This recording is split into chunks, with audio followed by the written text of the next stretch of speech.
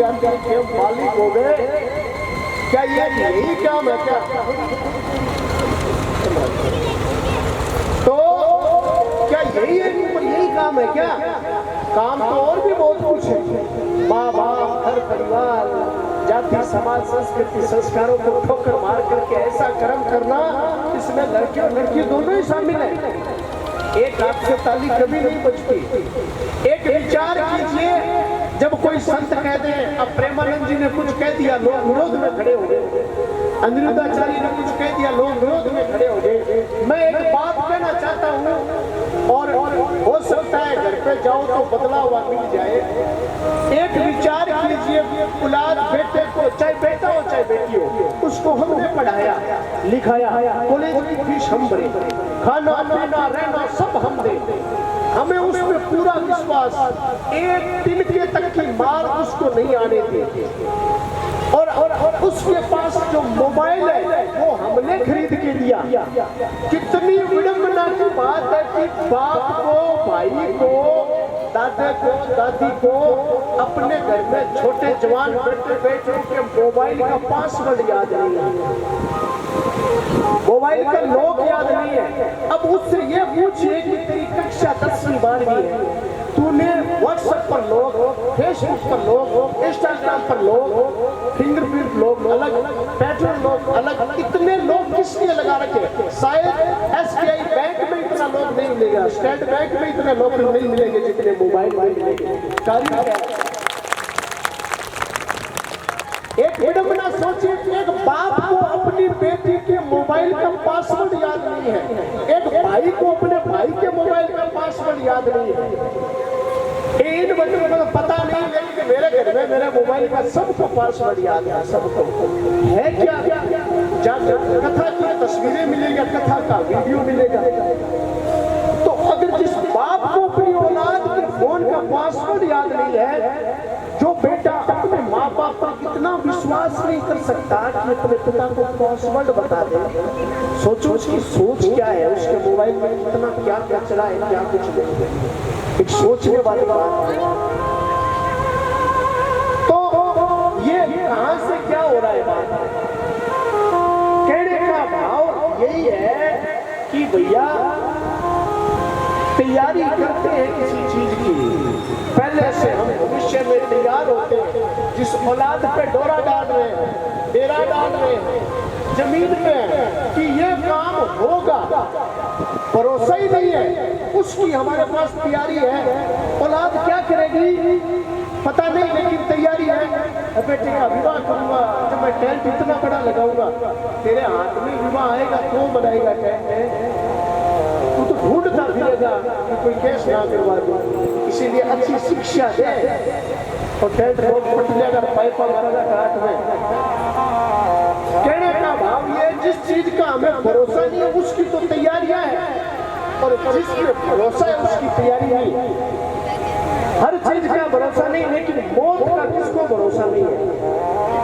सबको पता है कि मौत तो एक दिन आएगी, मरना है, मरने की तैयारी किसने की? कौन बनने की तैयारी करता है कि जब इस धरती को छोड़ करके जाएगा तो बैग पैक करे? किसने बैग पैक करी है? किसने वहां रहने के लिए कपड़े तैयार किए? किसने वापस आने के कपड़े तैयार किए? किसने जाने का किराया डाला है? तो वो किराया ये डलवाएगी, गौशाला डलवाएगी, गौ सेवा डलवाएगी, भजन सत्संग डलवाएगी। अरे पुण्य की बैग पैक करो, पुण्य की सेवा के कपड़े पैक करो, भजन के वस्त्र पैक करो, गुणगान के श्रृंगार डालो, अच्छे कर्मों का कपड़े तैयार करो ताकि वहां रहा जा सके, वापस भी आया जा सके। और तैयारी करने हमने, शायद आपने दुनिया देखी है, बहुत देखी है, हमने भी बहुत देखी है। सोने के बर्तनों तक में हमने भोजन किया है, झोपड़ी से लेकर बड़े बड़े महलों में हम गए। आज टेंट के बाहर जूती चप्पलें खुली हुई है ना, इस तरह से लोगों के घरों में गाड़ियां खड़ी है, ऐसे घरों में हम जाते हैं।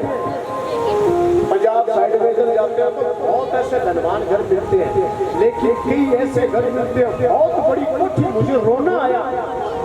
इतनी बड़ी कोठी हर कुर्सी में बेडरूम सब पार्क एक बूढ़ा बुढ़ी दो निचले कमरे में बैठे, ऊपर वाली कुर्सी में एक नौकर सफाई कर दे और वही निचली कुर्सी में बैठा है।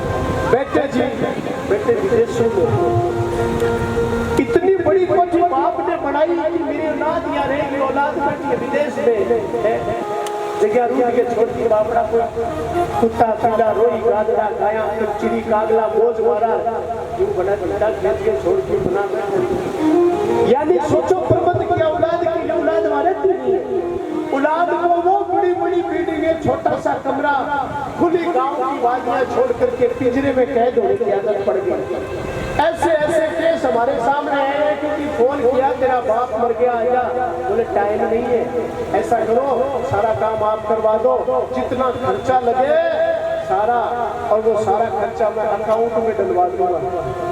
विदेशों से ऐसे फोन आते हैं कि भी ज्यादा खर्चा लगे 12 सारा सब करवा दो, पर तुम्हें 5-7 लाख लगे बता देना अकाउंट में डलवा दूंगा, मुझे वक्त नहीं है। ऐसी औलाद के लिए घर बार बनाया और भरोसा है, लेकिन मरने का भरोसा है, जरूर मरेंगे, यहाँ से जाएंगे जरूर, तो क्यों ना हम किसी की बातों में ले आकर के सेवा में लग जाए। हम अच्छी बैग पैक करें, पुण्य की बैग करें और लेकर के जाए। जी पत्नी के घर के माँ कपड़ों लगो नहीं है क्या पैदावा, तो एक दिन आपा ने कोई ले जाऊना वास्ते आसी बेटी स्त्री है और आत्मा भी स्त्री वाचिक आने लेवड़ में कोई आसी तो जब देर जासे तो कुड़ सा कपड़ा पहन जासे, या बड़ी को आवाना के फलानो आदमी चल गए उसका रांद करती रह गांव में शांति सी आ गया। अब या बाड़ो तो कोई मरनो नहीं, एक मरना भी होता है। ये हो कि जब जाए तो लोगों की आंखों में आंसू हो, एक दिन तो गांव भोजन ना करे क्योंकि फलाने आदमी की क्षति होगी, बार बार याद आता रहे कि अरे कितनी अच्छा कथाओं में सेवक करता था, कितने मंदिरों में सेवक करता था, गांव में कितने धार्मिक आयोजन करवाए, ये मंदिर बनवाया, ऐसी संपत्ति वो है जाना। वरना भैया जानवर बहुत मरते हैं, कभी रोज वो खंडो भी छोड़ का गांव में रोज मर के खंडो भी छोड़ तो जान भी नहीं है, एक मर जाओगे भूल की दुनिया, लेकिन याद करें ऐसे लकीर खींच करके चले जाएं कि उस लकीर को देख करके लोग एक बार रुके सोचने पर मजबूर हो जाए। और वो बिल्डिंग बन रही है गौशाला, खूब सहयोग कीजिए, खूब कितने धनवान लोगों के किस्से गिनाऊं जो महलों से झोपड़ी में आ गए, और कितने लोगों के किस्से गिनाऊं जो झोपड़ी से महलों में चले गए। बहुत हमने ऐसे घर देखे जिस घर में आज कभी पालकी में बैठ करके घूमती थी वही माता आज नरेगा में जाती है। भगवान ऐसा दिल पढ़ देता है, तो इसीलिए खूब सहयोग करो, खूब दान करो।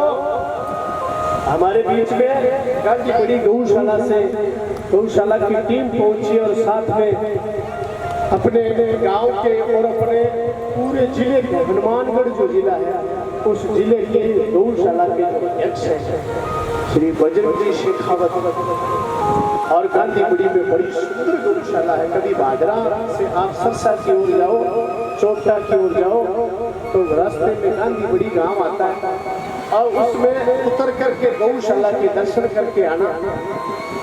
गाय केवल गाय दूध देने वाला एक पशु नहीं है, एक बहुत बड़ा औषधालय है।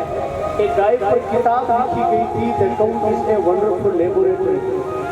गाय एक आश्चर्यजनक प्रयोगशाला है, तो बहुत बड़ा मेडिकल स्टोर है, बहुत बड़ा आयुर्वेद का ग्रंथ है, औषधियों का खान है, भंडार है, और उस भंडार का सबूत आपको देखने को मिलेगा गांधीपुरी की गौशाला। वहां पर जाके 200 के करीब प्रोडक्ट बनते हैं। प्रोडक्ट से दंत मंजन से लेकर के साबुन, पेस्ट, तेल, क्रीम, सब गौ माता के पंचगव्य से निर्मित।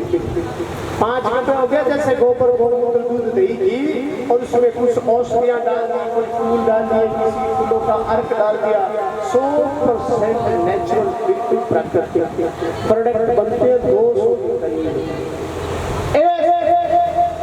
ये सब देने वाली है हमारी गौ माता। तब पता चलेगा कि अपा पिताजी छाना सुखाया बोझ गिरी बस। असल बात को समझ ही नहीं। केवल गाय छानों तक सीमित नहीं है, केवल गाय दूध तक सीमित नहीं है। गाय बहुत कुछ है। गाय घास नहीं, गाय माँ है। गाय जानवर नहीं, गाय जान है। गाय प्राणी नहीं, गाय प्राण है।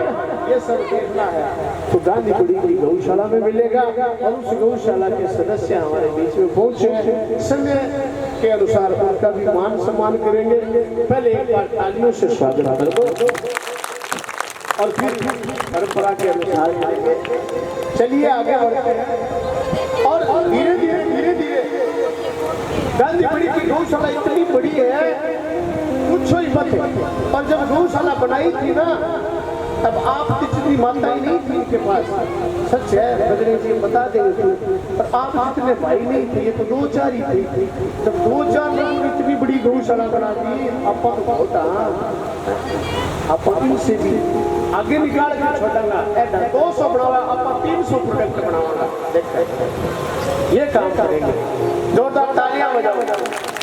इतनी सुंदर गौशाला बनाई है, सब चीज जान से लगेंगे, देखना बहुत सुंदर। तो चलिए आगे बढ़ते हैं।